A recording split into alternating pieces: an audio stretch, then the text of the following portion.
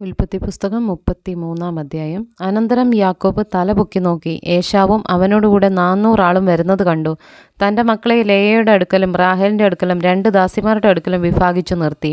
അവൻ ദാസിമാരെയും അവരുടെ മക്കളെയും മുമ്പായും ലേയയെയും അവളുടെ മക്കളെയും പിന്നാലെയും റാഹേലിനെയും യോസഫിനെയും ഒടുക്കമായി നിർത്തി.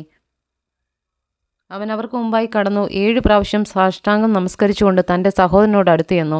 ഏശാവ് ഓടി വന്ന് അവനെ എതിരേറ്റു, ആലിംഗനം ചെയ്തു. അവൻ്റെ കഴുത്തിൽ വീണ് അവനെ ചുംബിച്ചു. രണ്ടുപേരും കരഞ്ഞു. പിന്നെ അവൻ തലപൊക്കി സ്ത്രീകളെയും കുഞ്ഞുങ്ങളെയും കണ്ടു. നിന്നോട് കൂടെയുള്ള ഇവർ ആർ എന്ന് ചോദിച്ചതിന്, ദൈവം അടിയന് നൽകിയിരിക്കുന്ന മക്കളെന്ന് അവൻ പറഞ്ഞു. അപ്പോൾ ദാസിമാരും മക്കളും അടുത്തു വന്ന് നമസ്കരിച്ചു. ലേയയും മക്കളും അടുത്തു വന്ന് നമസ്കരിച്ചു. ഒടുവിൽ യോസഫും റാഹേലും അടുത്തു വന്ന് നമസ്കരിച്ചു. ഞാൻ വഴിക്ക് കണ്ട ആ കൂട്ടമൊക്കെയും എന്തിനെന്നവൻ ചോദിച്ചതിന്, യജമാനൻ എന്നോട് കൃപ തോന്നേണ്ടതിനാകുന്നു എന്നവൻ പറഞ്ഞു.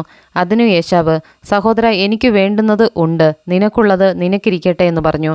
അതിന് യാക്കോബ്, അങ്ങനെയല്ല, എന്നോട് കൃപയുണ്ടെങ്കിൽ എൻ്റെ സമ്മാനം എൻ്റെ കയ്യിൽ നിന്ന് വാങ്ങണമേ.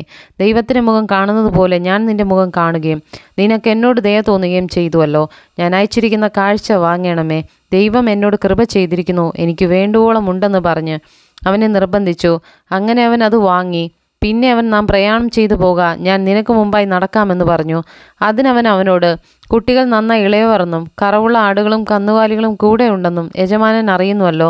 അവയെ ഒരു ദിവസം അധികമായി ഓടിച്ചാൽ കൂട്ടമെല്ലാം ചത്തുപോകും.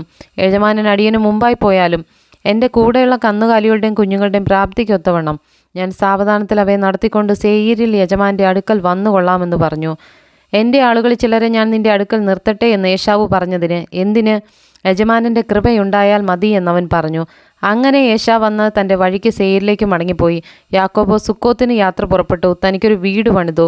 കന്നുകാലിക്കൂട്ടത്തിന് തൊഴുത്തുകളും കെട്ടി. അതുകൊണ്ട് ആ സ്ഥലത്തിന് സുക്കോത്ത് എന്ന് പേർ പറയുന്നു. യാക്കോബ് പദ്ദൻഅരാമിൽ നിന്ന് വന്ന ശേഷം കനാൻ ദേശത്തിലെ ശേഖേം പട്ടണത്തിൽ സമാധാനത്തോടെ എത്തി പട്ടണത്തിനരികെ പാളയമടിച്ചു. താൻ കൂടാരമടിച്ച നിലം ശേഖേമിൻ്റെ അപ്പനായ ഹാമോരിൻ്റെ പുത്രന്മാരോട് 100 വെള്ളിക്കാശിന് വാങ്ങി. അവിടെ അവൻ ഒരു യാഗപീഠം പണിതു. അതിന് ഏൽ എലോഹേ ഇസ്രായേൽ എന്നു പേരിട്ടു.